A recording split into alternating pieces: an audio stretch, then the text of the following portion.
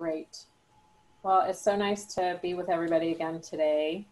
Nice to see some familiar names. So thank you so much for coming again. But for anyone who is on the call today that hasn't been on the past couple weeks, I am going to spend a few minutes just taking a step back to what I've talked about in the past few weeks, so that we have a level playing field.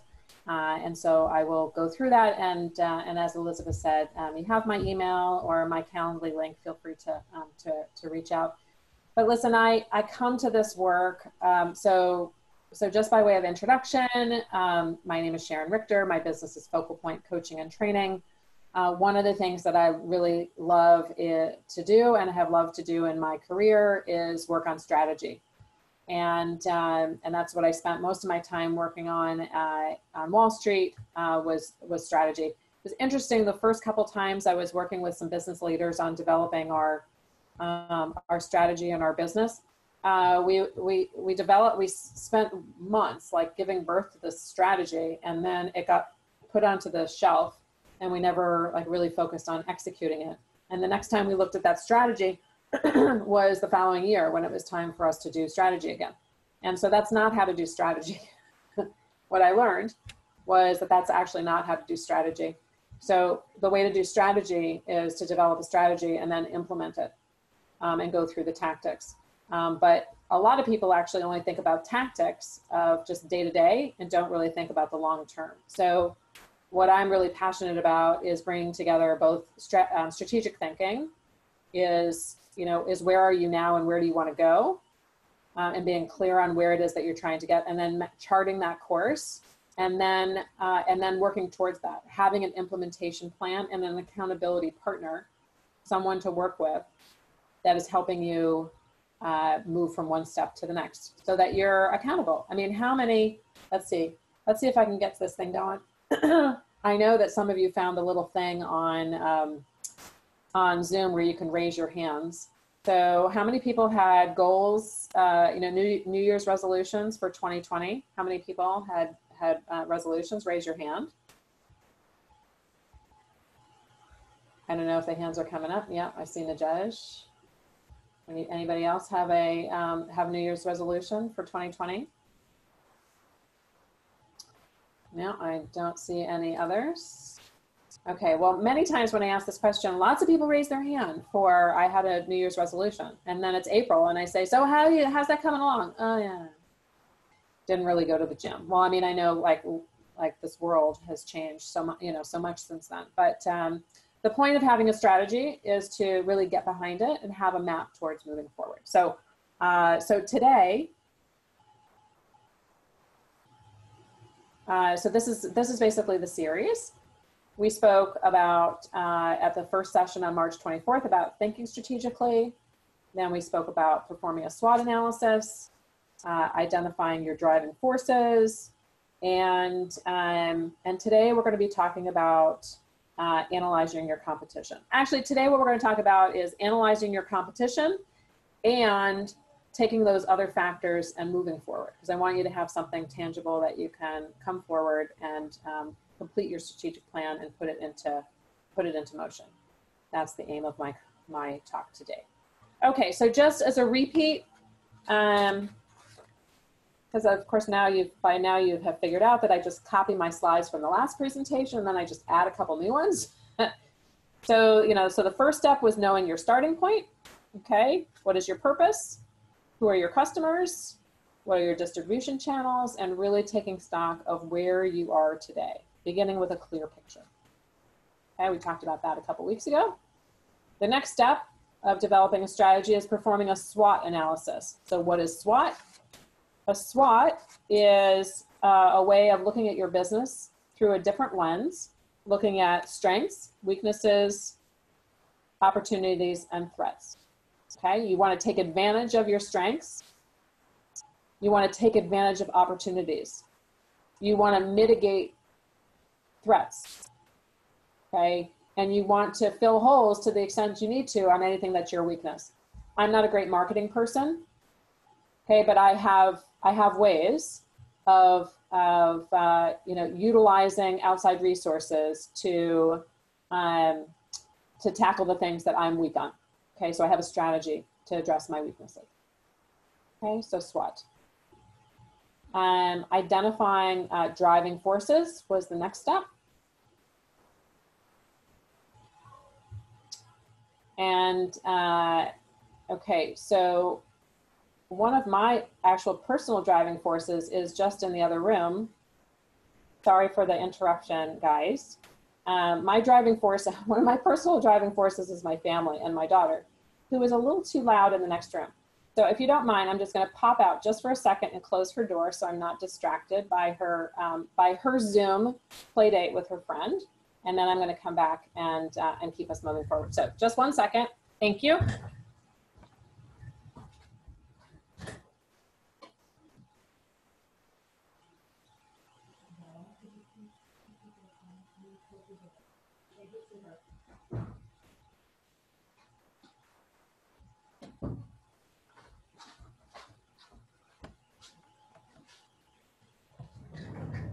Okay, sorry for the interruption. Okay, so picking up where I was, we talked on the last week about driving forces, and this is, you know, really thinking about your central area of concentration in your business. And you may have multiple driving forces, but thinking about, from a strategy perspective, the one thing that matters to you the most, and developing your strategy around that one thing. Is it just about profit for you? Is it about your people? Is it about reaching a certain market? Is it about using your manufacturing resources? What is the one thing? And focusing on understanding what your one central focus is and developing a strategy to deepen and focus on that one area. Okay, so that brings us up to today. So up to now, we've been focused on gaining a clear and comprehensive understanding of your business and the environment that you're operating in, which I recognize is not anything like it was 2 months ago or a year ago, or maybe how it's going to be in a month or 3 months or a year from now also. So the point of being here at this particular point in time is to be thinking about these aspects of your business, not from a tactical day-to-day perspective, but to begin to chart a course for yourself and for your business looking forward. Okay, looking forward to when our economy opens up again, begins to open up again, and start to think about what could things look like in 6 months or a year or 2 years? And are you uniquely positioned because of the work that you have done in the past? Does your business, is it your plan for your business to continue in the way that you always have, and will you have the same success? Or are there new threats or new opportunities that are at your disposal? So the last real step here then in thinking about your strategy is analyzing your competition. Okay, so what do you want to analyze? You want to analyze your products and services against any major competitors. You want to think about their strengths and weaknesses versus yourself. And you want to look at their strategies. Okay, you're looking at them not because you know that they've gotten it right, but you should know as much about your competition and whether you're the same or whether you should be doing something different. Okay, if you want to do the same thing as the other people, you may end up in the same place as other people, as your competition.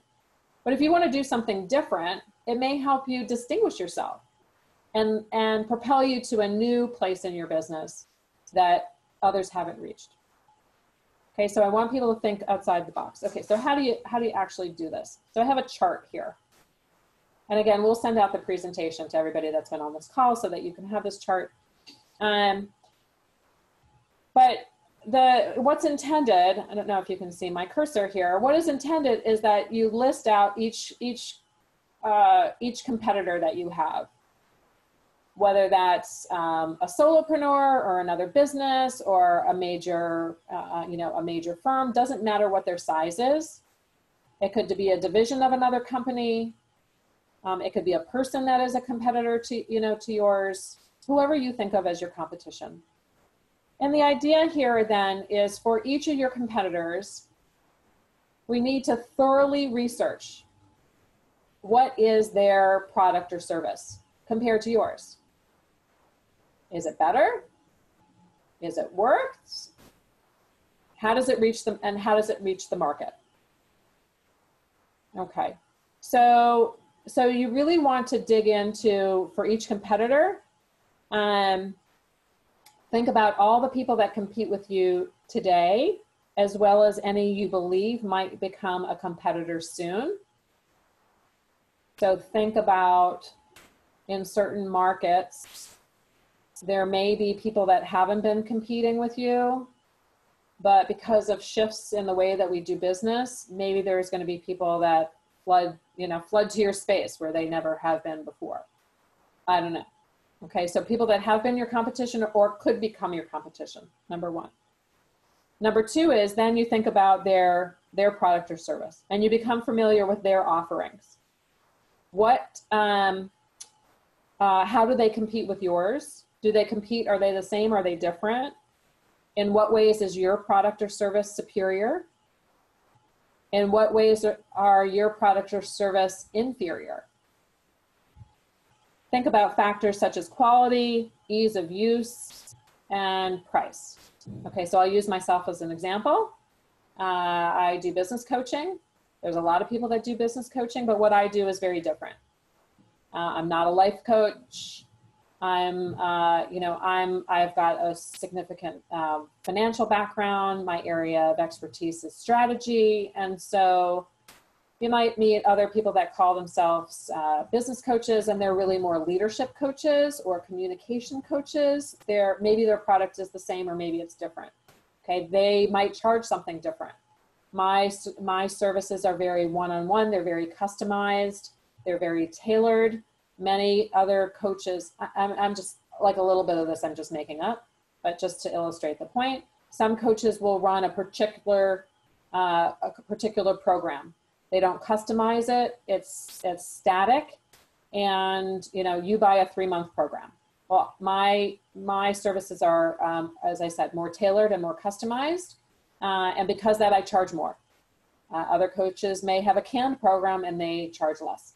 Okay, so you need to think about your service and how it compares to your competition, whether it's better or worse, whether their service is better than yours or not better than yours, whether your price point is right. On a strength standpoint, analyze your competition from the same perspective. From the SWOT that you did, you identified your strengths. So think about what you think their strengths are. What is your competition's area of excellence? Do they have a unique selling proposition? What is their competitive advantage?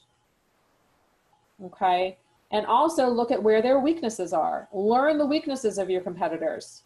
Knowing their vulnerabilities is critical to designing your strategy going forward, okay, because you want to take advantage of those weaknesses. Okay, if there is something that you can offer that is better than your competition, then that's what you need to harness that, and you need to promote that in your strategy of bringing your business, of growing your business and going forward.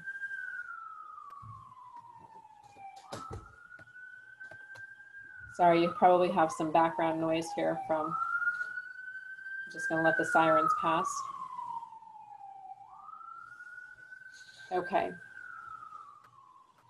And then finally, market strategies. Studying the strategies of your competitors. How do they market their product or services? How do they advertise? Or how are they using social media?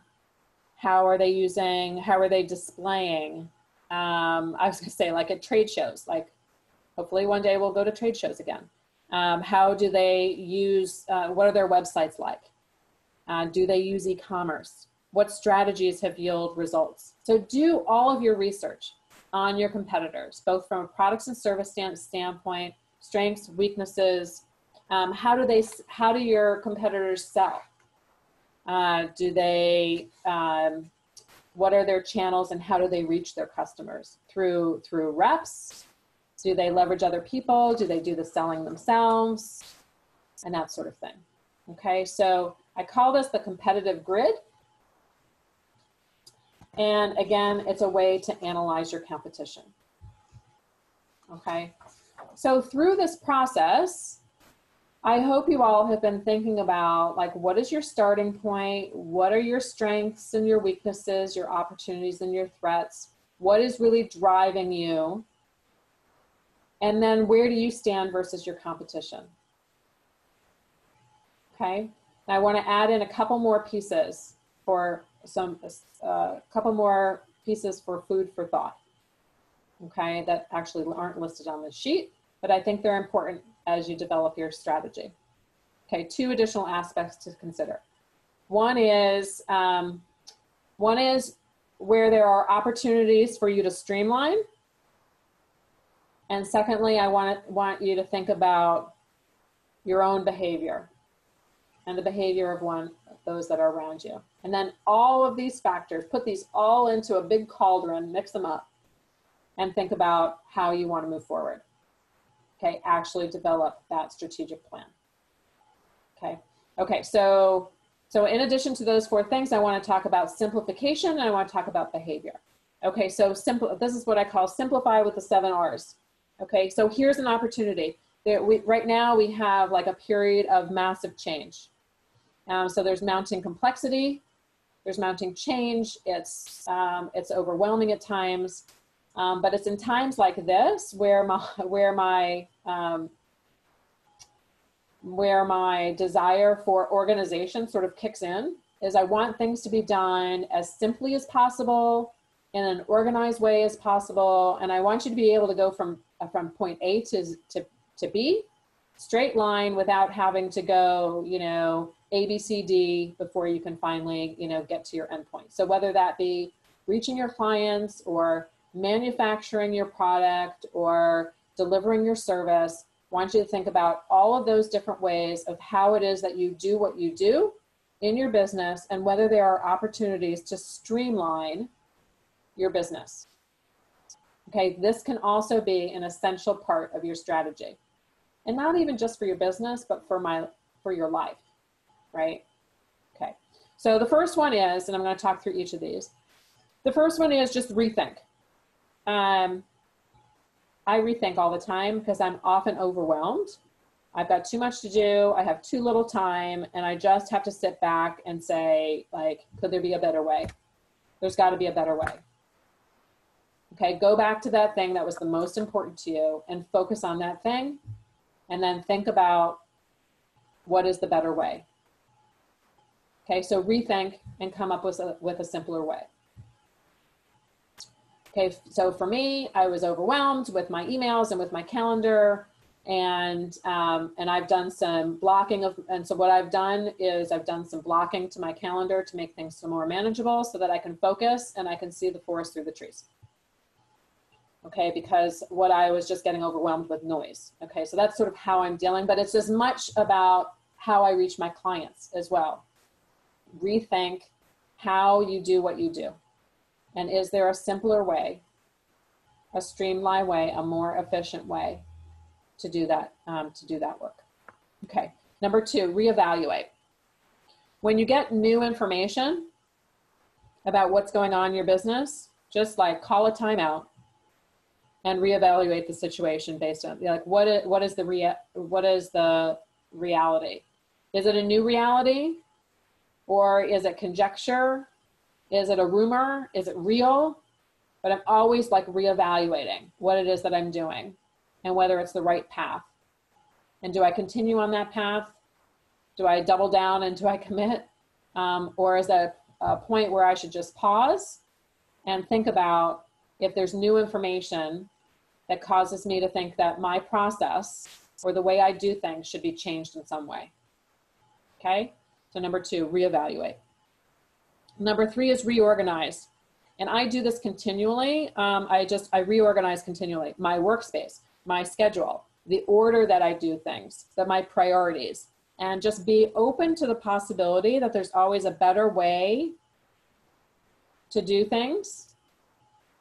And your job is to always be searching for that better way. Okay, just because you've done things a certain way doesn't mean you have to stay with that. Stick with it by all means. If it's working for you, stick with it. But there's always opportunities, to reorganize and reshape and refocus, what you're doing. And that goes for your business operations, as well as your workspace, as well as your personal endeavors as well. Okay, number 4, restructuring. So what do I mean by that? Are there ways for you to channel your time, your energy, your money, and your resources in a way that it generates the most revenue and greatest profits?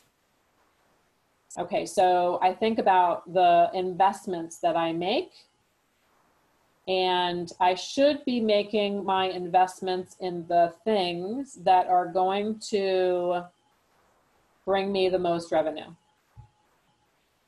If I'm spending time and money on things that aren't producing revenue, I think that then you should consider dropping those things and doing other things. Okay, so look at restructuring. There's sort of the 80-20 rule, like 80, your time and effort should be spent on the things that are going to yield the best, the best possible results. And if you're finding yourself sweating the small stuff, stop sweating the small stuff. Just ignore it. Focus on the big stuff. Okay, because the big stuff is the things that are going to drive you profits, drive you satisfaction, and allow you to move forward. Okay, so restructuring your time, your energy, and your money. Okay, number 5, re-engineering. Focusing on process improvement. Looking for newer, better, faster, cheaper, easier ways to accomplish the tasks and the desired results. Okay, making all those. So when you think about a process, make a list of the process in those step orders, step by step, 1 through 10. Do you need to do it 1 through 10? Can you drop some of those steps in between?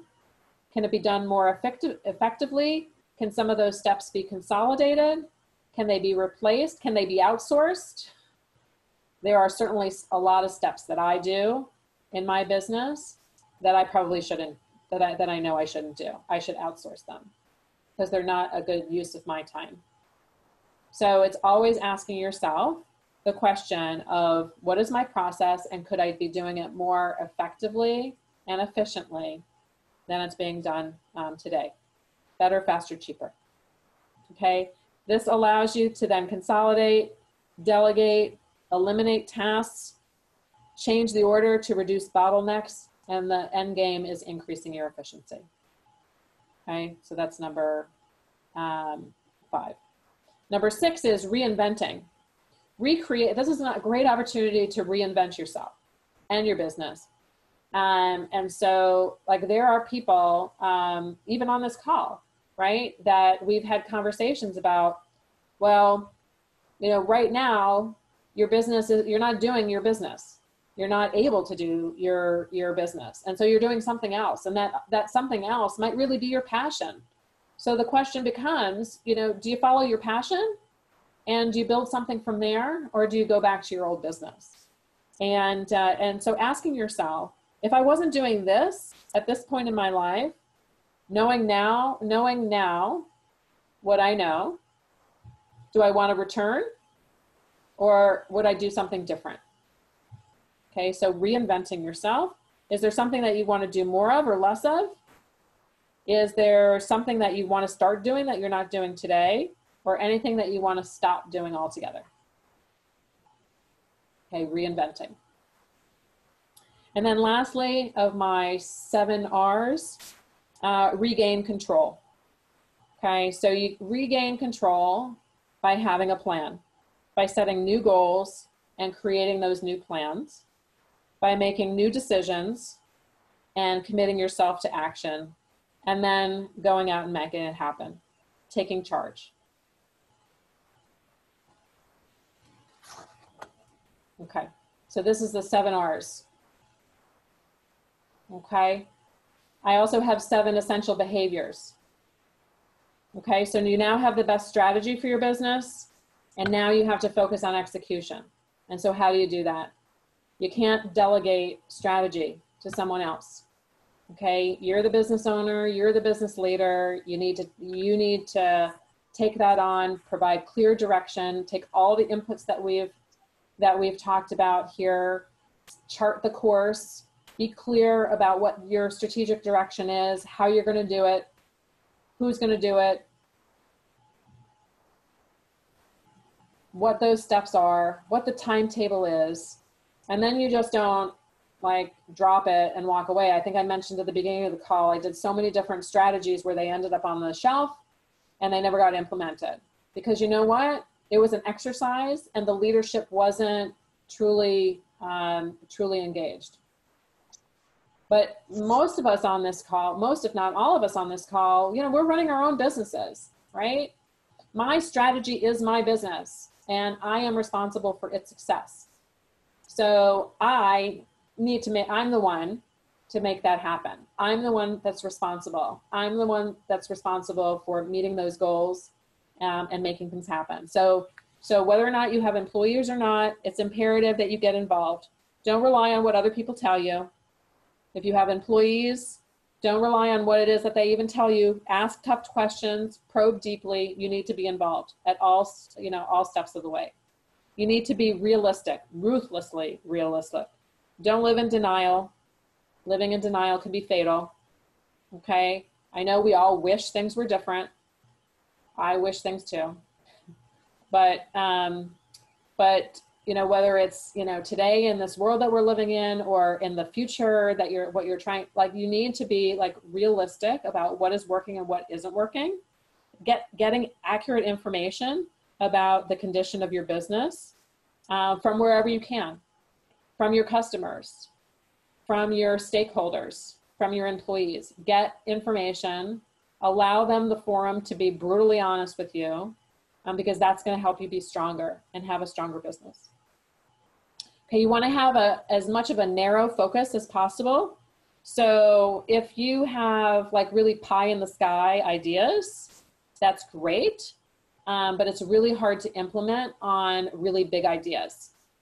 Okay, really big ideas are great, but then they need to be broken down into like 90-day action plans so that you can make progress. Sometimes if the ideas are too big, it's hard to get there. You need to break down and narrow your ideas so that you can establish, you know, smaller goals and priorities, get your team on the same page, and then take smaller steps, which allows it to happen. You don't want 3 months to go by and you haven't done anything. That's what happens when I asked the question at the beginning of this call about New Year's resolutions, you know, who's done something on there. You know, most people give up after a couple months.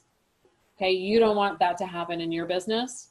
So you want to set your strategy. You want to then break it down into smaller steps so that you can begin to take action.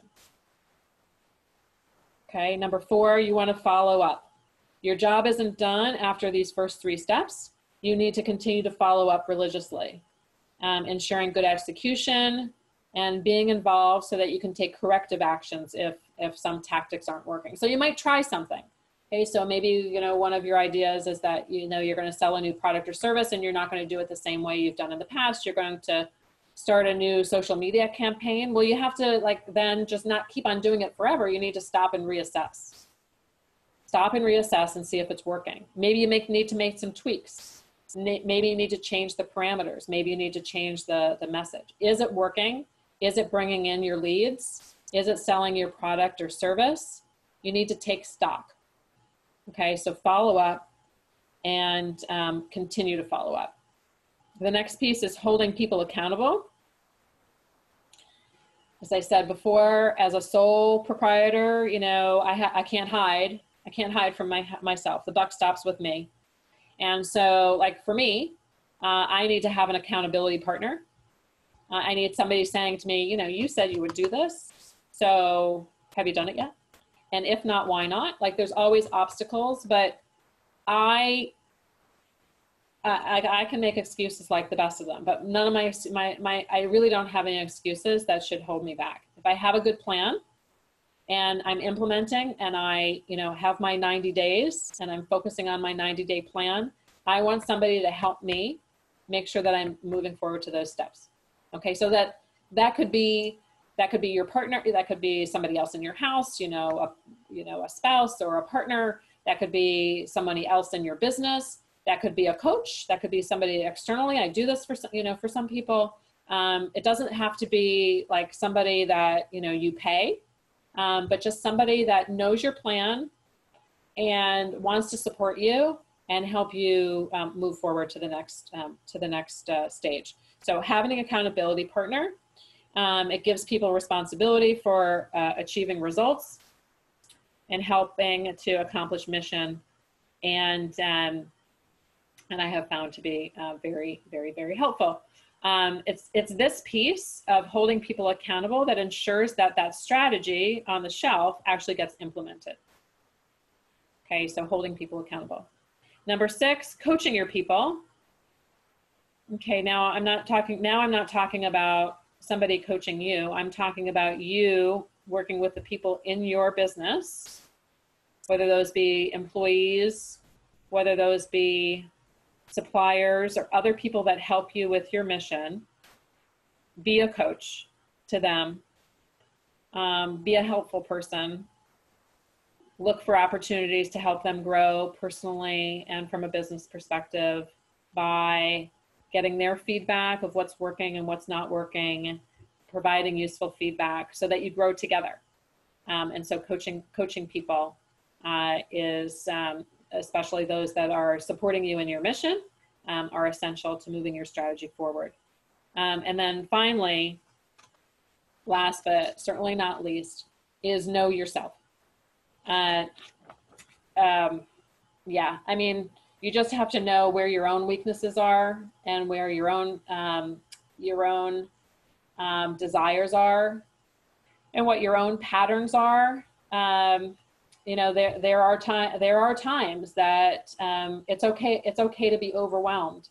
It's okay to take a deep breath, but know yourself in terms of knowing what it is that you need to calm yourself, to regain focus, and to move forward. Just one step at a time. That's all we have to do is one step at a time. But having the action plan, so developing your strategy, breaking it down into 90-day work plans, having somebody hold you accountable, and then taking those steps one day at a time. One day doesn't work out, that's okay. Tomorrow you try it again, and you try it again the next day. And knowing yourself and knowing what you need to be able to be in that space and continually, you know, move forward, whether it be meditation, whether it be exercise, whether it's just sometimes giving yourself a break. All of those things are, you know, are necessary in knowing yourself to move forward. Okay, so Elizabeth, I guess I'd love it if you could take us off mute at this point. I always get to a slide about insights, and where I ask people to sort of reflect on some of the material that that I've covered today. So, and I've put this up here in a slide just to ask some questions to spur some conversations. Are there